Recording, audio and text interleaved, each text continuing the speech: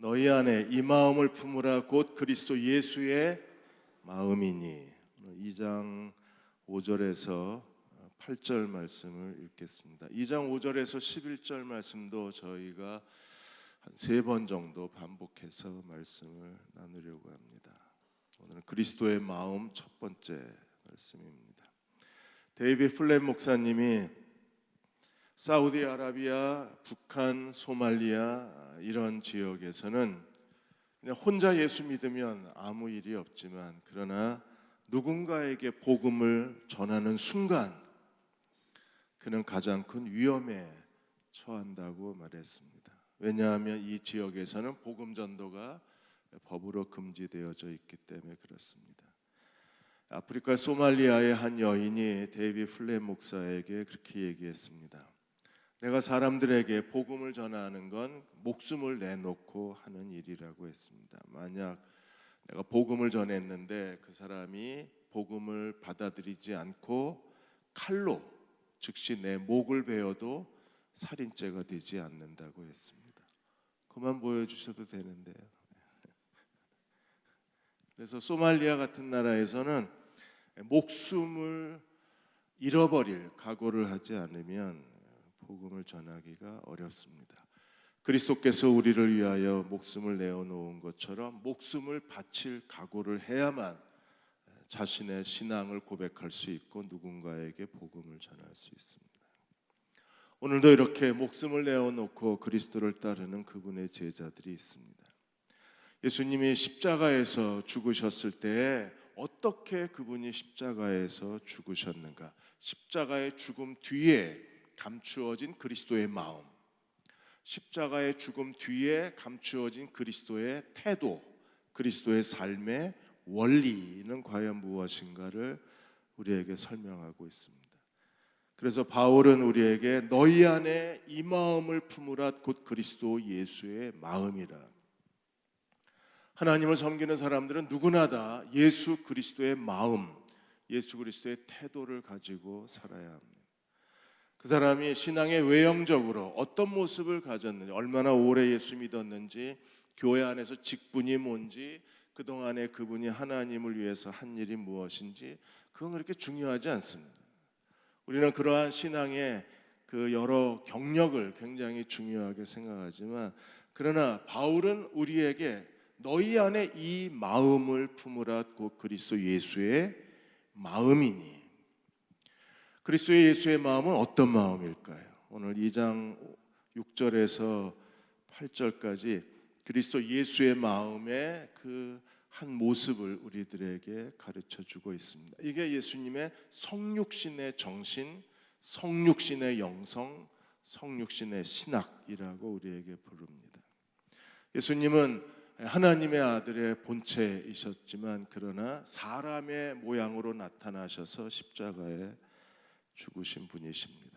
그 안에 어떤 원리가 있는가를 우리가 살펴보고자 합니다. 먼저 2장 6절에 그는 근본 하나님의 본체시나, 주님은 어떤 분이십니까? 하나님의 본체, 몰페, 하나님 그분 자신이세요. 하나님의 본성, 하나님의 신성을 다 가지고 계신 하나님 그분 자신입니다. 그래서 신학자 모을 주교는 말하기를 보이지 않는 하나님을 보이는 하나님으로 보여주신 분이 예수 그리스도이시라 그랬어요. 그래서 그분은 본래 하나님의 본체이시나, 그러나 예수님의 마음의 첫 번째, 그리스도의 마음의 첫 번째는 무엇입니까? 그분이 본래 하나님이십니다. 하나님의 본체이십니다. 하나님의 신성과 영광과 하나님의 성품을 다 가지고 계신 하나님 그분 자신이십니다. 그런데 예수님의 마음은 뭐예요? 첫 번째 마음이 무엇입니까? 하나님의 본체시나 하나님과 동등됨을 취할 것으로 여기지 아니하시고, 하나님의 영광과 신성과 본성을 가지셨어요. 그런데 하나님과 동등됨을 취할 것으로 여기지 아니하셨다고 했습니다. 세 번역에는 이렇게 되어 있습니다. 하나님과 동등됨을 당연하게 생각하지 않으셨다.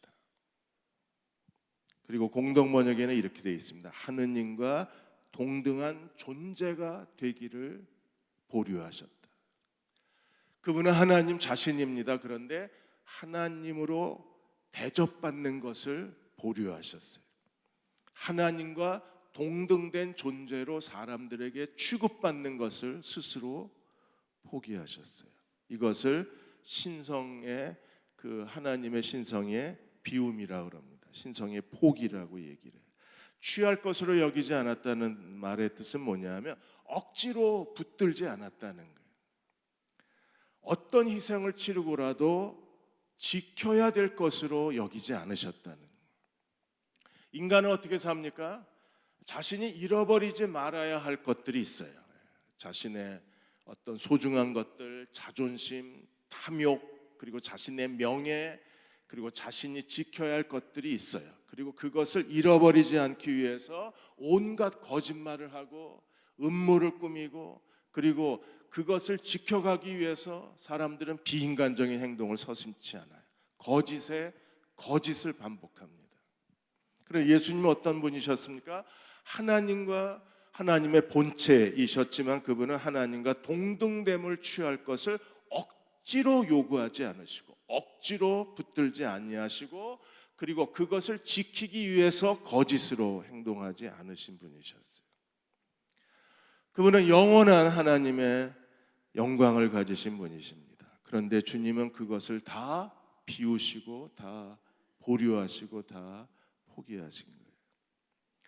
마귀가 예수님을 광야에서 시험했을 때 마귀의 세 가지 시험의 그 공통적인 질문이 무엇입니까? 내가 만일 하나님의 아들이거든. 이 질문이 예수님에게 아주 도전적인 질문입니다. 예수님의 자존심을 건드리는 질문, 예수님을 아주 굴욕스럽게 만드는 질문입니다. 네가 하나님의 아들이면.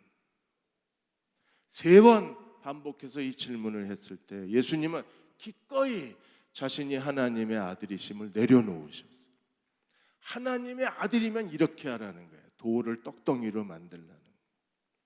얼마든지 주님은 그렇게 하실 수 있는 분이십니다. 그렇게 하면 네가 하나님의 아들이라는 겁니다. 그러나 주님은 동등됨을 취할 것으로 여기지 아니하시고 자기를 보류시키셨어요. 자기를 내려놓으셨어요. 그래서 오히려 사람이 떡으로만 살 것이 아니라 하나님의 말씀으로 살 것이라는 신앙적 대답을 하셨습니다. 탑 위에서 높은 성전 꼭대기에서 떨어져라. 천사가 네 발을 땅에 떨어지지 않게 하리라. 얼마든지 주님은 그렇게 하실 수 있습니다. 아니, 그보다 더 영광스러운 일을 하실 수 있습니다. 그러나 주님은 스스로 하나님의 아들이시기를 포기하신 거예요. 그리고 오히려 하나님을 시험하지 말라고 소리치셔야 했습니다. 예수님은 하나님 그분 자신이셨지만, 그러나 모든 하나님의 영광, 동등됨, 그분이 마땅히 하나님으로 존중을 받으셔야 하고 경배를 받으셔야 하고 영광을 받으셔야 하는데 그것을 취할 것으로 여기질 않았다는 거예요. 주님 그걸 애써 붙들려고 하지를 않으신 거예요. 예수님은 정말 무시당한 채 이 세상에 오셨어요. 요한복음 1장 10절 11절에 보시면 그가 세상에 계셨으며 세상은 그로 말미암아 지은 바 되었으되 그가 세상에 계셨습니다. 그분은요 세상을 창조하신 분이십니다. 그러나 세상이 그를 알지도 못했습니다. 세상을 창조하신 분을 세상이 알지도 못했어요. 더 충격적인 것, 더 굴욕적인 건 무엇입니까? 1장 11절에 자기 땅에 오셨음에 자기 백성이 영접하지를 않았어요. 아무도 없었습니다. 예수님이 1호 비행기를 타시고 공항에 내리셨는데 아무도 환영 인파가 없는 겁니다. 텅 빈 광장. 예수님이 얼마나 수치스러운 상황이었는가를 우리들에게 보여주는 거예요. 이사야 53장 3절 4절에서도 이사야 선지자가 예언을 했습니다. 그는 멸시를 받아. 여러분 하나님의 아들에게 이 단어를 쓸 수 있어요? 감히 하나님의 아들에게 이 단어를 사용할 수 있어요? 그가 멸시를 받아, 이 단어를 쓸 수 있나요? 근데 지금 이사야는 뭐라고 예언하고 있어요? 그가 멸시를 받아. 어떻게 이 일이 가능합니까? 동등됨을 취할 것으로 여기지 않으신 게 그리스도의 첫 번째 마음입니다. 그가 멸시를 받아 사람들에게 버림을 받았습니다. 간고를 많이 겪었습니다. 질고를 아는 자라, 마치 사람들이 그에게서 얼굴을 가렸다 그랬어요. 사람들이 언제 얼굴을 가립니까? 하찮게 여길 때. 사람들이 언제 얼굴을 가려요? 인간 같지 않을 때. 사람들이 언제 얼굴을 가립니까? 수치스러울 때. 언제 얼굴을 돌려요? 무시할 때. 얼굴을 가렸어요. 사람들이 얼굴을 가리우고, 그리고 어떻게 했습니까? 멸시를 당하였고 우리도 그를 귀히 여기지 아니하였다 그랬어요. 이때는 계속 보여주셔도 되는데요. 4절에 그는 실로 우리의 질고를 지고 우리의 슬픔을 당하였거늘 우리의 생각하기를 그는 징벌을 받아 하나님께 맞으며 고난을 당한다 하였노라. 우리를 위해서 그리스도께서 질고를 지고 우리의 슬픔을 대신 당하고 계신데 우리는 뭐라고 착각을 해요? 하나님 앞에 죄를 짓고 징계를 받고 심판을 받아서 고난을 받는다고 착각을 하는 거예요. 우리를 위한 그분의 사랑의 모든 그 고난과 그분의 사랑의 험난한 모든 헌신들이 오히려 우리는 그것을 보고 예수님을 오해를 하는 거예요. 어디서 죄 짓고 징계를 받는다고 그렇게 생각을 하는 겁니다. 그리스도의 마음, 우리가 가져야 될 주님의 마음의 첫 번째는 무엇입니까? 무시당하되 보복하지 않는 것. 그리스도인들이 하나님을 섬기는 그리스도인들에게 가장 예민하고 이 스위치를 건드리면 아주 힘들어하는 게 뭐냐 하면 왜 나를 무시해? 라는 겁니다. 왜 나를 무시해? 그리고 무시당한 거에 대한 분노와 보복의 마음이 있어요. 아주 이게 무섭습니다. 하나님을 오래 섬긴 사람일수록 이 스위치가 굉장히 자주 예민하게 스위치가 켜집니다.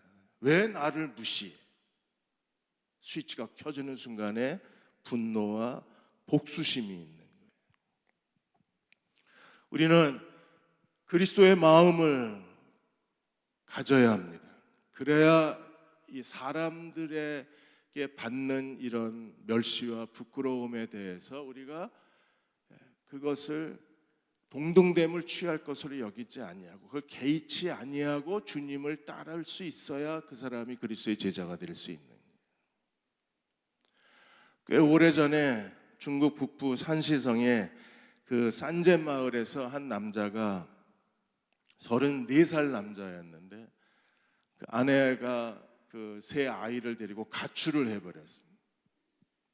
그 자기를 버린 아내에 대한 그 복수심과 분노가 있었어요. 그러던 어느 날 아내가 그 시내의 한 결혼식장에 참석한다는 얘기를 듣고 이 사람이 마차에다가 다이너마이트 50kg를 실었습니다. 이 사람이 그 탄광의 폭약 전문가였었어요. 다이너마이트 50kg를 싣고 그리고 그 결혼식이 열리는 큰 대로변에 가서 그 마차를 끌고 가서 거기서 터뜨려서 자기도 죽고 무려 36명이 죽습니다. 그리고 30명이 큰 부상을 당했어요. 그런데 그 자리에 아내와 세 아이는 없었어요. 아내와 세 아이를 죽이고 자기도 죽겠다고 그 복수를 한 건데 분노를 쏟아낸 건데 그 자리에 아내는 없었습니다. 한순간에 분노가 이런 어처구니 없는 일들을 이루어내는 거예요. 교회가 우리가 하나님을 섬기는데 영적인 그 삶의 그 주님을 따라가는 삶에서 제일 힘들고 어려운 게 이 부분입니다. 왜 나를 무시해? 이거예요. 두 번째로 2장 7절에 보시면 오히려 하나님의 본체시나 스스로 하나님의 영광을 보류하셨어요. 취소 버튼을 누르셨어요. 하나님 그분 자신인데 예수님이 취소 보류 버튼을 누르셨습니다. 그러면 이제 어떻게 되나요? 7절에 오히려 자기를 비워 종의 형체를 가지사. 하나님의 형체가 뭘로 바뀌었어요? 종의 형체로 바뀐 거예요. 하나님의 본체나 형체나 다 똑같은 단어입니다. 하나님의 본체이셨던 그리스도께서 이제 종의 형체를 가지게 되셨어요. 그렇게 되기까지는 주님이 두 단계를 거치신 겁니다. 하나는 여기지 아니하시고 자기를 스스로 내려놓으셨어요. 그리고 두 번째로 자기를 비우신 겁니다. 우리가 자기를 비우지 않으면 누구도 하나님을 능히 섬길 수 없는 거예요. 공동번역에는 이렇게 해석을 했습니다. 오히려 당신의 것을 다 내려놓고 종의 신분을 취하여, 당신의 것을 다 내려놓고, 이게 동등됨을 취할 것으로 여기지 않은 거잖아요. 당신의 것을 다 내려놓고 종의 신분을 취하여서 우리와 똑같은 인간이 되셨습니다. 이게 종의 형체가 된 거예요. 그래서 인간의 모습으로 나타나셨습니다. 아담은 하나님이 되고 싶었습니다. 아담과 하와는. 그런데 예수님은 하나님이셨는데 스스로 다 비우시고 내려놓으시고 다 취소하시고 그분은 종의 형체, 사람의 모양으로 이 땅에 오셨습니다. 그러므로 자기를 비우신 이 그리스도의 마음은 자기를 비워내는 마음입니다. 캐노운. 이 헬라어 캐노운이라는 것은 쓰레기통을 뒤집어 엎는 거예요. 다 쏟아내는. 주님은 기꺼이 자신 안에 있는 것을 다 쏟아버리셨어요. 그렇다고 예수님의 신성이 비워진 건 아닙니다. 어디까지 예수님의 신성이 포기됐나, 이걸 가지고 지금도 신학자들이 끊임없이 논쟁을 하고 있는 게 비워졌다. 예수님의 신성이 어디까지 비워졌나, 이거 가지고 지금도 논쟁을 해요. 그래서 칼뱅은 예수님이 사실상 신성이 벗겨질 수는 없다. 신성을 주님이 비우실 수는 없다. 그럼 비웠다는 것은 무슨 뜻이냐? 잠시 감추셨다는 겁니다. 완전히 주님께서 신성의 거룩한 것을 벗어내신 게 아니라 잠시 감추신 것이다. 사람들의 눈앞에 하나님의 그 영광스러움을 잠시 지워 놓으셨다. 감추어 놓으셨다. 그래서 신성을 축소시킨 게 아니라 감추심으로 그분이 종의 형체를 가지실 수 있었다고 했습니다. 주님은 무엇으로 오셨나요? 종의 형체. 인간은 근본적으로 종의 형체. 그래서 그분이 사람으로 오셨습니다.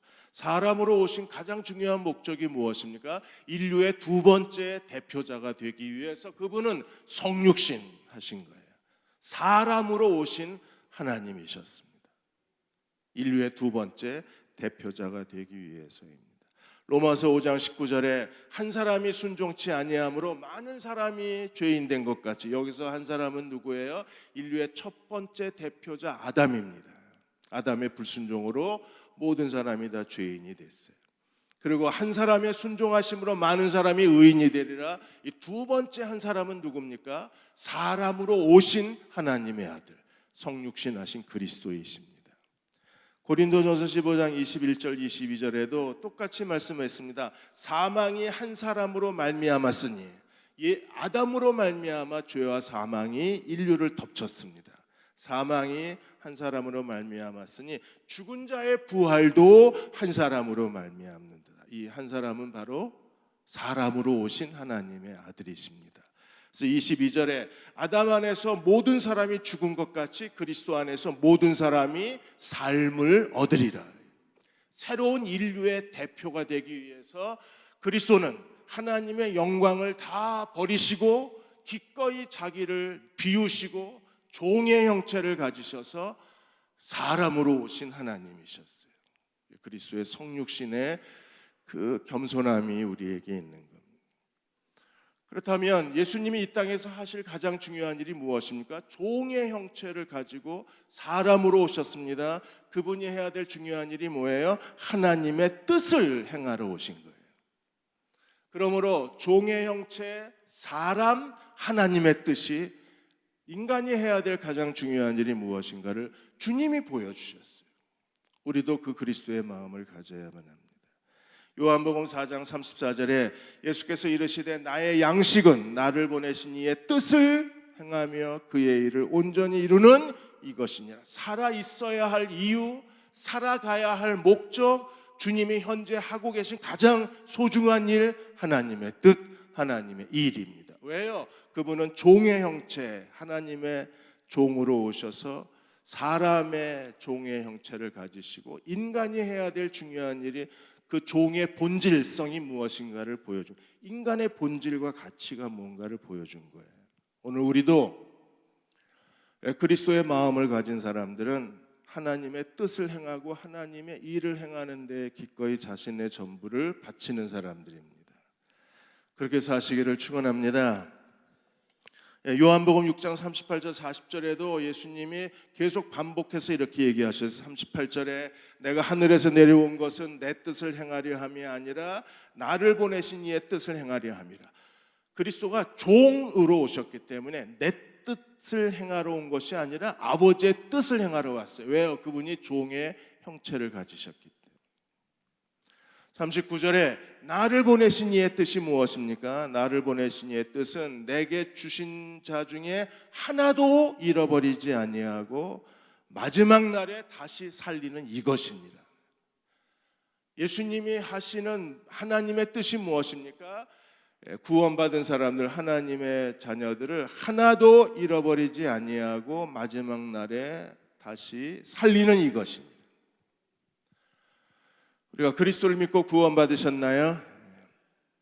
하나님께서 우리를 그리스도에게 주신 자임을 믿으십니까?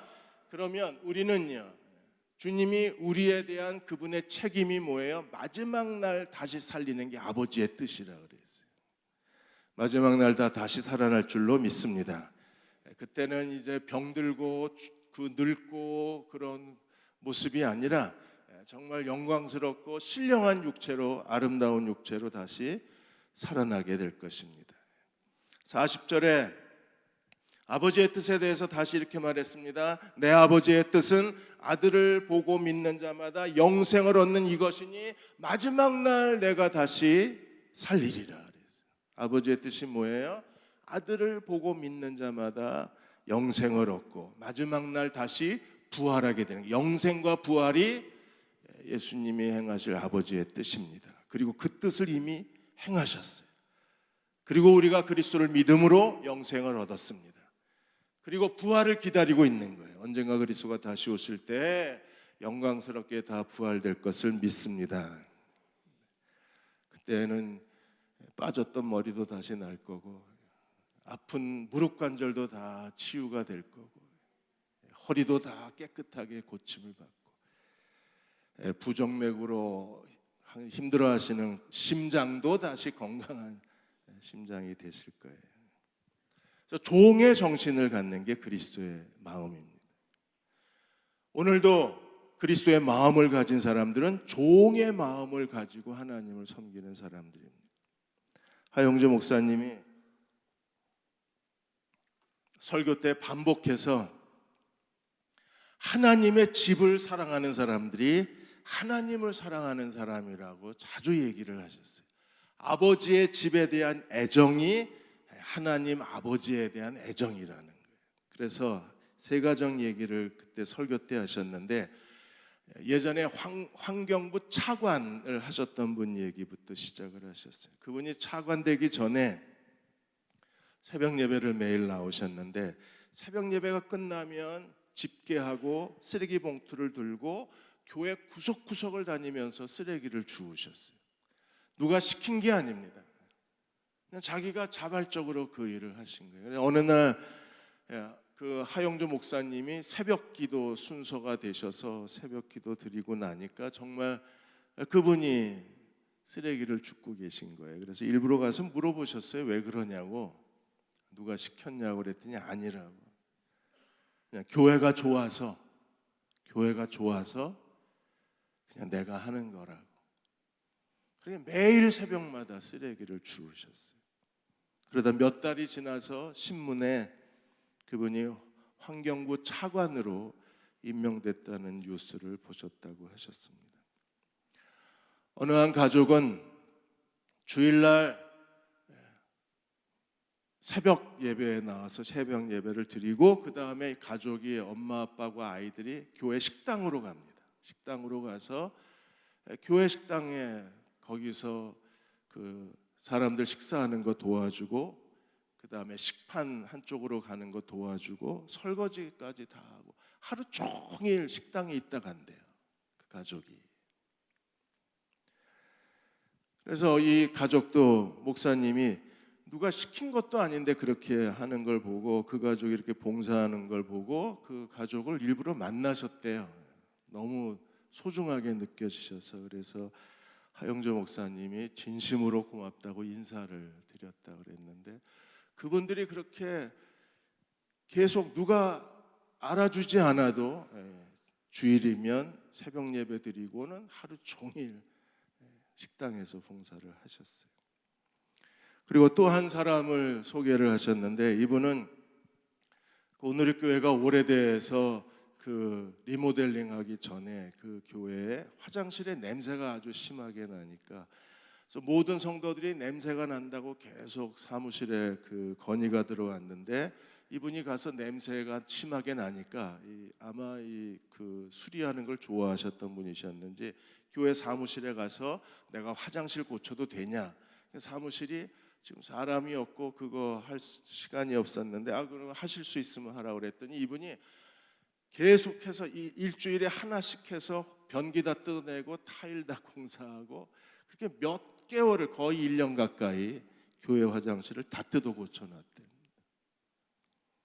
누가 시키지 않았는데 그렇게 누가 하기 싫은 일들을 하는 거예요. 그 누가 하는 일입니까? 이 모든 일들은 종이 하는 겁니다. 쓰레기를 누가 주워요? 종이 줍는. 교회 식당에서 누가 섬깁니까? 종이 하는 일입니다. 화장실 타일을 누가 갈아요? 변기를 누가 뜯어 고칩니까? 종이 하는 겁니다. 종. 그러니까 종의 마음을 가진 사람들이 누가 시키지 않아도 그렇게 봉사를 하는 거예요. 이유가 뭐예요? 단 하나, 그냥 아버지의 집이 좋아서, 하나님의 집이 좋아서.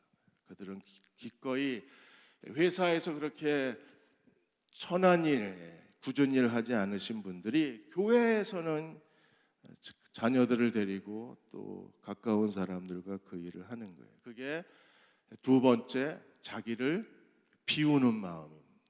세 번째, 예수님이 2장 8절에서 자기를 낮추셨어요. 하나님의 본체에 있었습니다. 그런데 주님이 다 빼버리셨어요. 하나님과 동등됨을 다 뺐어요. 하나님의 동등됨을 다 비웠어요. 비우고 종의 형체가 됐어요. 그래서 사람으로 오셨습니다.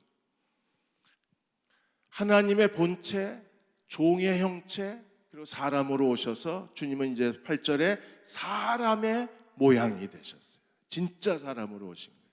주님이 진짜 사람으로 오셨다는 명백한 증거가 무엇입니까? 사람들이 예수님을 만날 때 누구로 만났어요? 천사로 만났나요? 여호와의 사자로 만났나요? 아니요. 사람들이 예수님을 만날 때 누구로 만나요? 사람으로 만납니다. 그 결정적 증거가 무엇입니까? 사람들이 예수님을 뭐라고 그랬어요? 목수의 아들이 아니냐 소리 질렀어요. 예수님은 진짜 사람으로 오신 거예요. 하나님의 본체 다 삭제해 버리시고 종의 형체로 주님이 성육신 하셔서 뭐가 되셔서 사람의 모양으로 오신 거예요. 사람의 모양. 본체, 형체, 모양 다 똑같은 말입니다. 그러면 주님이 보여주신 그리스도의 마음의 세 번째는 무엇입니까? 자기를 낮추시고 죽기까지 복종하셨으니 곧 십자가의 죽으심이라. 종의 형체가 해야 될 인간의 본질, 사람의 모양, 우리가 사람이라면 반드시 해야 될 종의 정신, 종의 영성. 그는 어떤 사람입니까? 하나님의 뜻에, 하나님의 말씀에 복종하고 사는 복종의 영성을 가진 사람들. 그러므로 그리스도의 마음은 복종의 마음입니다. 예수님이 기꺼이 자기를 낮추셔서 내 뜻이 아니라 누구의 뜻? 하나님의 뜻대로 사신 거예요. 겟세마네 동산에서 주님이 3번씩 흐르는 땀이 피로 변하기까지 주님이 하신 기도가 무엇입니까? 아버지여, 내 뜻대로 하지 마시고 아버지의 뜻대로 되기를 원합니다. 그러면 종의 형체를 가지고 사람의 모양으로 우리가 그리스도를, 하나님을 섬긴다면 그리스도의 마음은 뭐예요?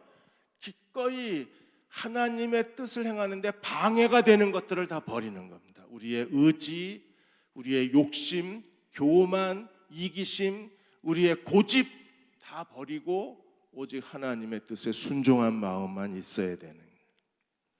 그래서 히브리서 10장 9절 10절에 이렇게 주님이 말씀하셨어요. 이후에 말씀하시기를 보시옵소서 내가 하나님의 뜻을 행하러 왔나이다.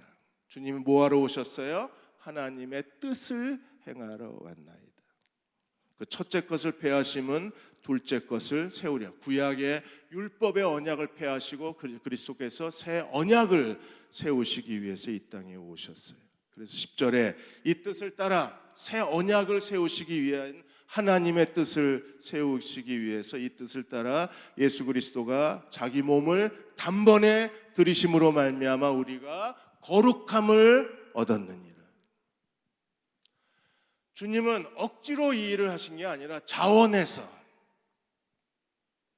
기꺼이 자원해서 자발적으로 주님은 이 아버지의 뜻을 행하신 거예요. 그 뜻이 무엇입니까? 새 언약을 세우시고 십자가의 죽으심으로 말미암아 누구든지 그리스도를 믿는 자들은 모든 죄가 용서받고 우리가 단번에 거룩함을 얻게 하신 게 그리스도가 하신 하나님의 뜻에 대한 복종이었어요. 그러니까 오늘도 그리스도를 따르는 사람들은 주님을 닮아야 돼요. 이 마음을 가져야 진짜 그리스도인입니다. 교회 얼마나 다니고 뭐 직분이 뭐고 뭐 얼마나 많은 일을 하고 아무 사양, 그건 중요하지 않아요. 가장 중요한 건 그 사람이 그리스도의 마음으로 그 일을 했느냐가 중요한 거예요. 그리스도의 마음으로 우리가 하나님을 섬겼는지, 그리스도의 마음으로 봉사한 건지, 그리스도의 마음으로 아버지를 섬긴 건지, 그게 우리에게 가장 중요한 기준이 되는 겁니다. 그래서 요한복음 10장 17절 18절에서 주님이 이렇게 말씀하셨습니다. 내가 내 목숨을 버리는 것은 그것을 내가 다시 얻기 위함이니 이로 말미암아 아버지께서 나를 사랑하시느니라. 왜 하나님이 그 아들을 사랑하셨나요? 주님은 기꺼이 자기를 버리신 거예요. 다시 얻기 위해서 자기 목숨을 버리셨기 때문에 하나님이 예수님을 사랑하셨다고 고백합니다. 그래서 18절에 이를 내게서 빼앗는 자가 있는 것이 아니라 내가 스스로 버리노라. 나는 버릴 권세도 있고 다시 얻을 권세도 있으니 이 계명은 내 아버지께서 내가 받았노라. 예수님은 억지로 할 수 없이 그냥 하기 싫은데 그렇게 하신 게 아니라 주님은 스스로 버릴 권세도 있고 다시 얻을 권세, 자기가 스스로 결정하실 수 있는 분이셨어요. 근데 기꺼이 주님이 하나님의 뜻을 위해서 자원하여 자기 목숨을 십자가에 버리신 겁니다. 그로 말미암아 아버지가 사랑하신 거예요. 주님이 이렇게 버릴 수 있었던 것은 무엇 때문입니까? 주님이, 하나님이 어떻게 하실 것을 아신 거예요. 나는 버림으로 다시 얻는다는 걸 아신 거예요. 사랑하는 여러분, 하나님 나라에서는 버리는 게 끝이 아니라 우리는 버림으로 더 큰 것을 얻을 수 있는 게 하나님 나라. 그걸 알아야 기꺼이 우리도 예수님처럼 자기를 희생할 수 있는. 예수님이 이 계명을 아버지에게서 받았다 그랬어요. 우리도 아버지에게서 이걸 받아야 돼요. 오늘 하나님이 내게 무언가를 명령하셨을 때 그걸 버리면, 드리면, 하나님께 바치면 하나님은요 더 큰 걸 우리에게 도들려 주시는. 하나님이 아브라함에게 이삭을 제물로 바치라고 했을 때 아브라함도 이 계명을 알았잖아요. 버리면 얻는다는 걸. 그래서 이삭이 아버지한테 질문을 합니다. 뗄나무도 있고 모든 도구도 다 있는데 제물은 어디 있느냐고 물었을 때 아브라함이 이삭에게 뭐라 그랬어요? 제물은 하나님이 준비하실 거라고. 여러분들 그렇게 믿으십니까? 하나님이 준비하실 걸 믿으시나요? 하나님이 준비할 걸 믿으니까 하나님의 말씀에 절대 복종하는 거예요. 그래서 아브라함이 내 아들, 내 독자, 내 아들 이삭을 제물로 바치라고 그랬을 때 아브라함이 기꺼이 자원해서 그 아들을 하나님 앞에 제물로 바칠 수 있었던 것은 하나님이 여호와 이레 준비하시는 하나님이심을 믿었기 때문에 가능한 거예요. 그래서 결박하고 아들을 죽이려고 했을 때 하나님이 말리시잖아요. 아브라함아 아브라함아 두 번 부르시고 그리고 뭐라고 말씀하셨어요? 내가 이제야 네가 나를 경외하는 줄을 깨달았다 그러시고 이미 한쪽에 숲속에 뿔이 걸려있는 순양 한 마리 제물을 여호와 이레 준비하신 거예요. 그게 모리아 산이고 그 산이 바로 하나님의 성전이 세워진 산이에요. 우리는 하나님의 성전에서 우리가 복종하면 하나님을 온전히 예배하고 하나님의 뜻대로 복종하면 하나님은 우리가 하나님께 바친 것 이상으로 되돌려 주시는 하나님이십니다. 그러니까 예수님도 그 하나님을 믿은 거예요. 내가 스스로 버리노라 버릴 권세도 있고 다시 얻을 권세도 있어요.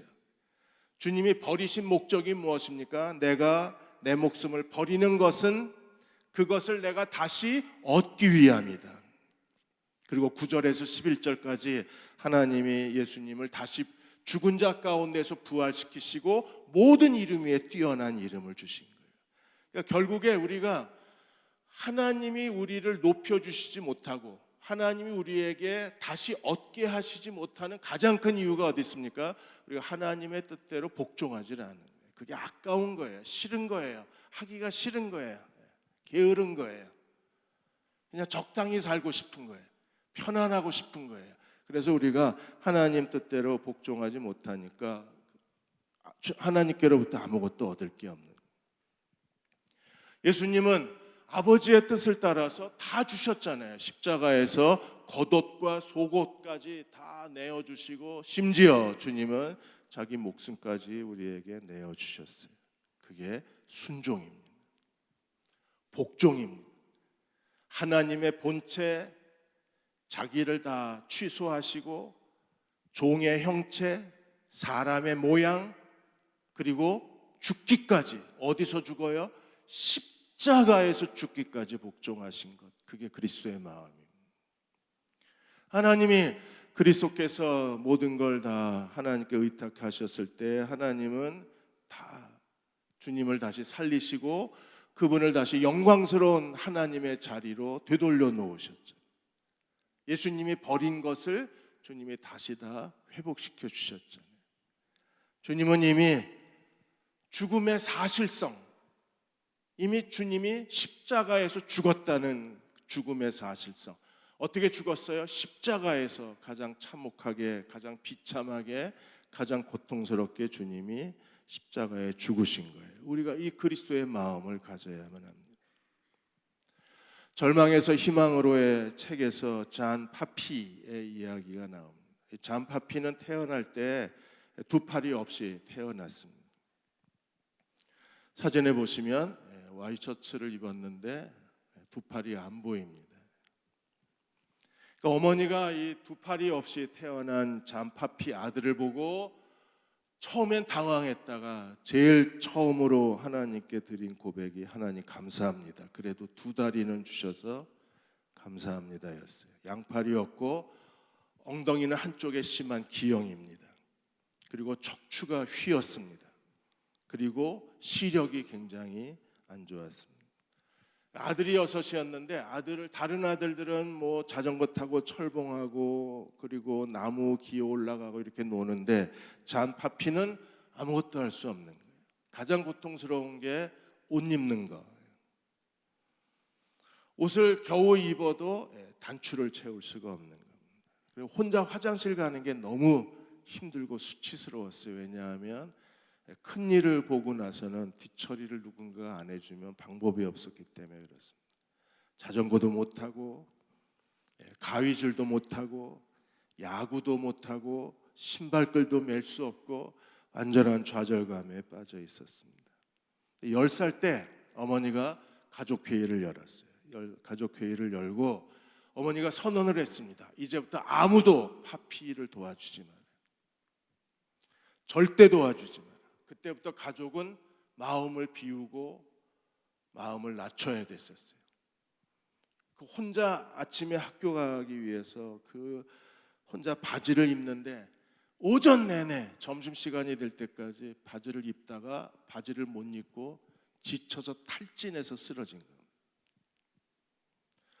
엄마가 혼자 그 모습을 보고 눈물을 흘렸습니다. 그러나 지금 도와주면 아들은 평생 자기 힘으로 일어설 수 없는 거예요.